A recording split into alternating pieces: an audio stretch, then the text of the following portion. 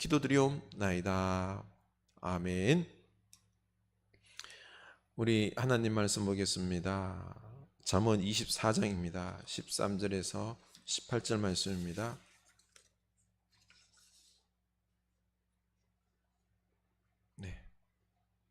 잠언 24장 13절에서 18절 말씀 한 목소리로 읽겠습니다. 내 아들아 꿀을 먹으라, 이것이 좋으니라. 송이 꿀을 먹으라, 이것이 내 입에 다니라. 지혜가 내 영혼에게 이와 같은 줄을 알라. 이것을 얻으면 정령이 내 장래가 있겠고 내 소망이 끊어지지 아니하리라. 악한 자여 의인의 집을 엿보지 말며 그가 쉬는 초소를 헐지 말지니라. 대저 의인은 7번 넘어질지라도 다시 일어나려니와 악인은 재앙으로 말미암아 엎드러지느니라. 내 원수가 넘어질 때 즐거워하지 말며 그가 엎드러질 때 마음에 기뻐하지 말라. 여호와께서 이것을 보시고 기뻐하지 아니하사 그의 진노를 그에게서 옮기실까 두려우니라. 아멘. 이 말씀 우리에게 은혜의 말씀 되길 원합니다. 교회 소식 나누겠습니다. 6월 우리 호국 보훈의 달, 나라를 위하여 열심히 기도할 수 있기를 원합니다. 우리 코로나 백신 잘 접종되어서 우리나라 집단 면역이 잘 형성이 될 수 있도록, 그리고 또한 온 세계가 이 코로나로부터 구원될 수 있도록 열심히 기도합시다. 우리 콩고 선교를 위해서 특별히 우리 이도왕 선교사님 입고 가셨는데 위에서 기도 부탁드립니다. 나머지 소식은 주보를 참고해 주시기 바랍니다. 이번 주간 잠언 24장 23절 말씀, 모든 지킬 만한 것 중에 더욱 내 마음을 지키라. 생명의 근원이 이에서 남이니라. 이 말씀을 외울 수 있기를 원합니다. 우리 하나님 말씀 나누도록 하겠습니다. 잘 지내셨죠? 여러분의 인생이 꿀처럼 행복한 인생 되기를 축원합니다. 지난 목요일에 늦은 밤 2시에 딸내가 드라마 촬영이 있어서 전라도 제일 남단이죠, 장흥에 갔다 왔습니다. 제가 전라도 지역은 잘 모릅니다. 그 깜깜한 밤에 달려가는데 차도 없고 애는 뒤에 쿨쿨 자고 또 혼자 그 시커먼 밤길을 막 다니는데 그 왠지 막 무섭더라고요. 내비게이션 없었으면은 이거 참 갈 길이 막막했었습니다. 내비게이션만 보고 막 달리는데 무섭기도 무섭고, 임권사님 그 시댁 보성이라는 그 이정표가 나오는데 얼마나 반갑던지요. 그 점에 이제 4시 반이 넘어가면서 어둠이 물러가고 밝아지니 한결 편했었습니다. 진짜로 내비게이션이 없었으면은 갈 수가 없었습니다. 또 올라오는데도 이 깜깜한 데다가 비까지 와서, 그리고 앞은 더 안 보이죠. 차들은 옆에서 쌩쌩 달리죠. 이거 참 나도 모르게 이 핸들 잡은 손에 힘이 꽉 들어가더라고요. 서울 도착하니까 이 왼쪽 팔이 뻐근한 게 참 내비게이션이 얼마나 감사했는지 모릅니다. 사실 제가 지금 왼쪽 눈이 백내장이 된 부위 문제가 생겨서 지금 흐릿하게 좀 보입니다. 그래서 더 힘들었습니다. 이 내비게이션을 의지해서 8시간 동안 이게 힘들다 보니까 무섭다 보니까 기도를 할 수밖에 없었습니다. 감사하게도 기도하면서 8시간을 잘 왔습니다. 주일 설교를 준비하는데 이 마음이 확 들더라고요. 참 우리 코로나로 어렵고 캄캄한 인생길 지금 걸어가고 있죠. 한 번도 가보지 않은 길입니다. 그러나 우리 인생길을 훤히 아시고, 그리고 인생의 내비게이션 되시는 우리 주님 그 말씀 따라 행복하게 살아가는 여러분 인생길 되길 원합니다. 한 번도 가보지 않고 아무도 모르는 내 인생길 어떻게 내 경험을 의지하고 갈 수 있겠습니까? 다른 사람 말 듣고 갈 수 있겠습니까? 안 됩니다. 오직 우리 인생을 알고 계시는, 주관하시는 내비게이션 안내자가 되시는 우리 주님 말씀 붙잡고 살아가는 우리가 되어야 할 것입니다. 얼마나 이게 어려움들이, 위험들이 도사리고 있겠습니까? 우리 주님 말씀 듣고 가야지 인생이 행복하게 될 것입니다.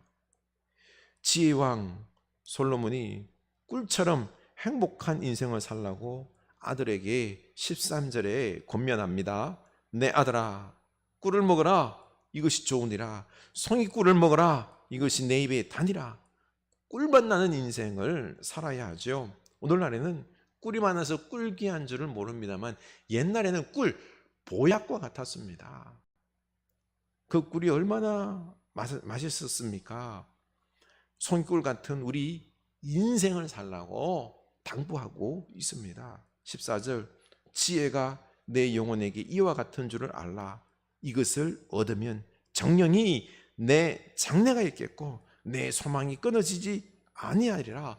바로 지혜가 있으면 미래가 창창하고 소망이 있는 달콤한 인생이 된다라고 말씀하고 있습니다. 제 마음에 강하게 와닿는 말씀이 정령이 내 장래가 있겠고 내 소망이 끊어지지 아니하리라 입니다. 코로나로 우리가 지금 인생이 뒤죽박죽이 되었죠. 경제적 어려움을 맛보니 미래가 예측이 안 되고 불안하기 짝이 없습니다. 내 힘으로 되는 게 지금 없잖아요. 그러나 하나님의 말씀과 지혜는 정령이 내 인생의 미래에 창창함과 소망이 되어 주시겠다라고 말씀하십니다. 그래서 저는 이 캄캄한 길을 이번에 다녀오면서 내 인생의 내비게이션 된 말씀 되시는 우리 하나님 말씀 붙잡고 인생 미래를 살아가기로 다짐했습니다. 내 계획과 내 생각을 이제 내려놔야 되겠다 결단했습니다. 그랬더니 얼마나 마음이 편안한지 모릅니다. 그런데 우리는 지혜가 있으면 행복할 거라는 생각을 안 합니다. 대부분 내 욕구가 채워지면, 욕구가 뭐죠? 돈을 벌고 성공하면 행복할 것이다라고 생각하는데 아닙니다.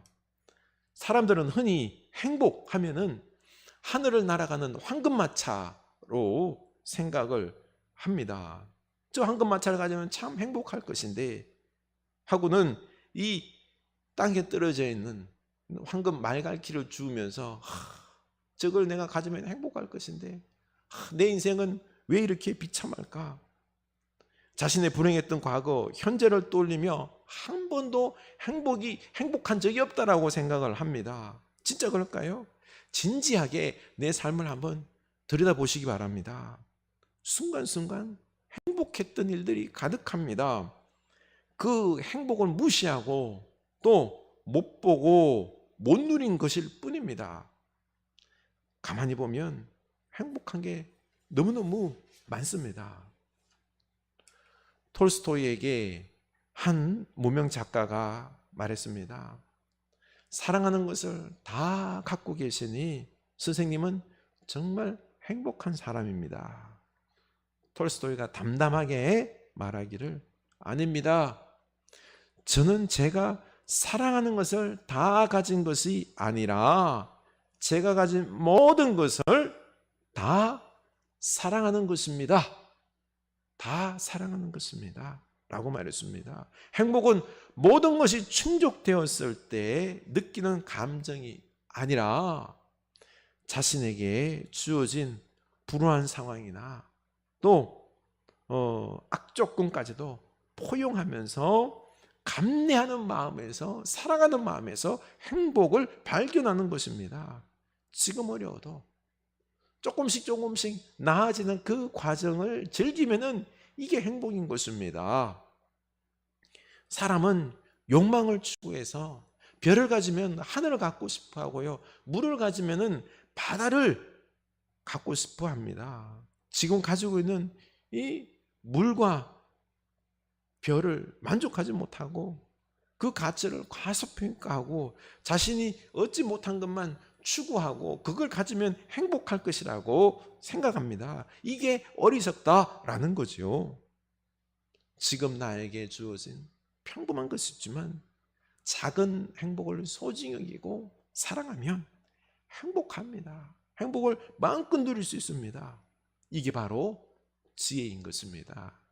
행복 시크릿이라는 책에 나오는 이야기입니다. 우리는 뭔가를 많이 가져야 행복하다고 생각합니다. 그러면 도대체 몇 퍼센트의 사람들이 현재 만족하고 즐거운 삶을 살고 있다라고 말할 수 있을까요? 우리가 거의 매일 듣는 소리가 뭡니까? 힘들다, 월급이 적다, 마음대로 되지 않는다, 스트레스 받는다, 세상이 불공평하다라는 말들 아닙니까? 그럼 어떤 사람들이 만족하면서 살까요? 우리는 흔히 돈 걱정 없는 백만장자, 그리고 인기 많은 스타, 인지도 높은 정치가, 그리고 유명한 그 아티스트, 이런 분들 아주 행복할 것이다라고 생각하는데요. 그러나 그들에게 물어봤습니다.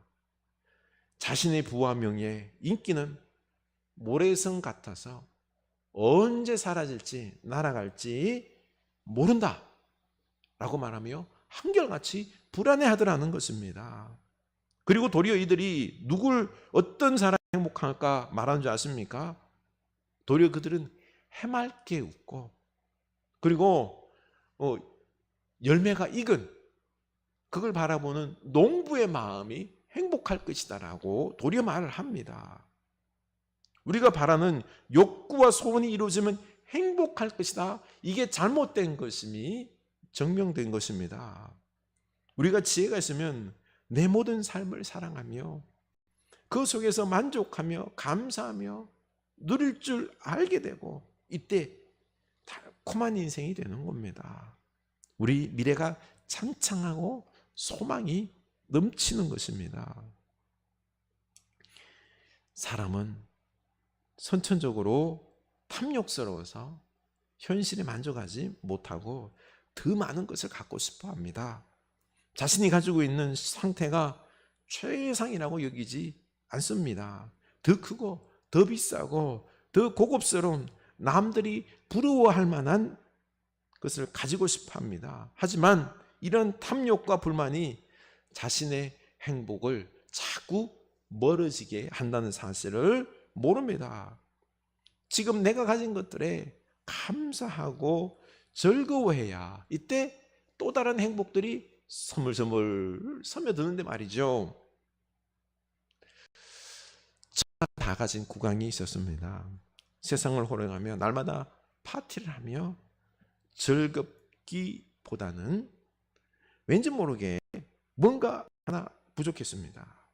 국왕은 혼자만의 시간이 되면 왜 내가 만족하지 못하는 것일까 자책했습니다. 주방에서 노래를 흥얼흥얼 하면서 기뻐하는 한 요리사를 봤습니다. 행복이 기쁨에 너무너무 가득 찬 얼굴이었습니다. 요리사에게 기쁜 이유를 물었습니다. 폐하, 저는 비록 요리사일 뿐이지만 저는 항상 가족들과 함께 즐거운 시간을 보낼 수 있습니다. 잘 수 있는 집과 따뜻한 이 음식이 있으니 기쁩니다.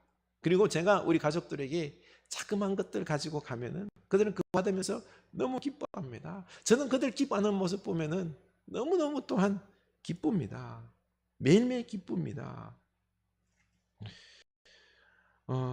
국왕은 요리사의 이야기를 듣고 재상에게 전했습니다.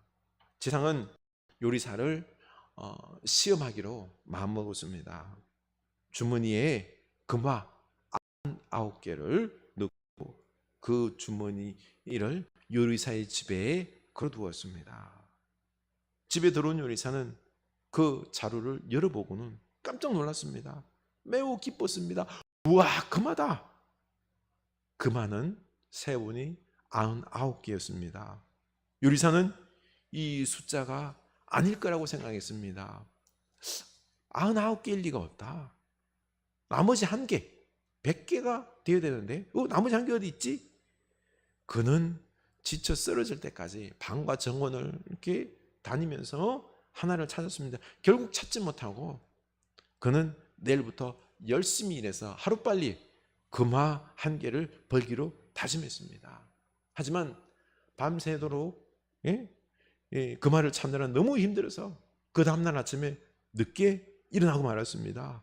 기분도 매우 좋지 않았습니다. 그는 아내와 아이들에게 소리를 지르며 왜 나를 제때 깨우지 않았냐 했습니다. 그는 황급히 주방으로 가서는 일을 시작했습니다. 하지만 예전처럼 신나게 콧노래를 부르지 않고 필사적으로 일만 했습니다. 국왕은 요리사의 엄청난 이 심경의 변화를 보고는 놀랐습니다. 이해를 못했습니다. 그때 제상이 말했습니다.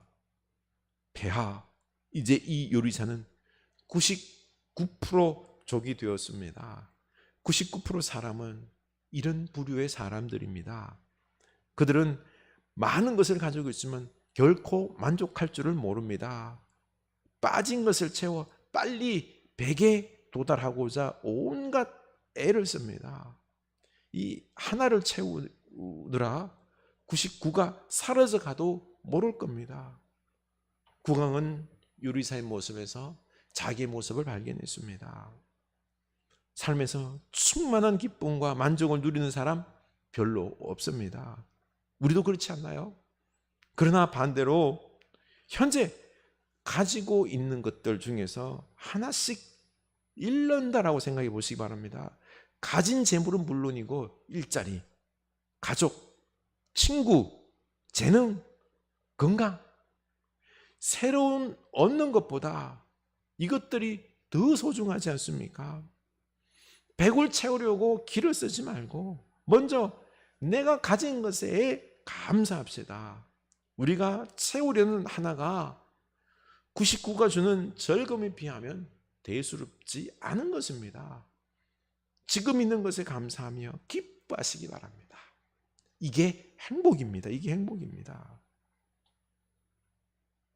또 우리가 행복을 못 누리는 이유 중에 하나가 고통 때문입니다. 15절 봅시다. 악한 자여 의인의 집을 엿보지 말며 그가 쉬는 처소를 헐지 말지니라. 대저 의인은 7번 넘어질지라도 다시 일어나려니와 악인은 재앙으로 말미암아 엎드러지느니라.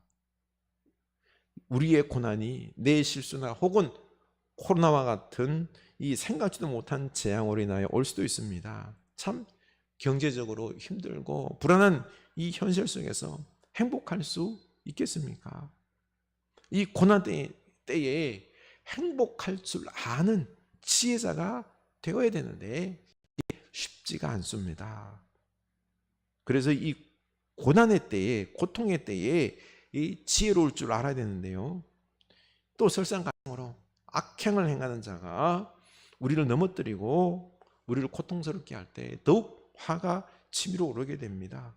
하나님은 뭐 하시길래 저 악한 자가 우리를 이렇게 고통스럽게 하도록 내버려 두십니까? 이때 분노할 때 행복을 느낄 수가 없는 거죠. 이때 우리가 꼭 기억해야 할 말씀이 16절 대저 의인은 7번 넘어질지라도 다시 일어나려니와. 내가 의인으로 하나님의 뜻대로 살았어도 고난당하고 악한 자들에게 핍박받아서 넘어질 수 있다라는 겁니다. 의인이라도 의인이기 때문에 나는 아무런 고통도 안 당하고 핍박도 안 당하고 피해 다니고 나만 홀로 보호받고 아닙니다. 도리어 7번 넘어져도 바로 우리도 이런 고난을 당할 수 있어도 우리는 다시 일어서서 승리할 수 있다. 여기에 이게 중요한 겁니다. 우리가 지금 중요하게 봐야 될 부분이 이 부분입니다. 나는 7번 넘어져도 다시 일어서고 승리할 수 있다. 반드시 이길 수 있다라는 것입니다. 이 믿음을 가질수록 우리가 어떨까요? 마음의 여유가 생깁니다.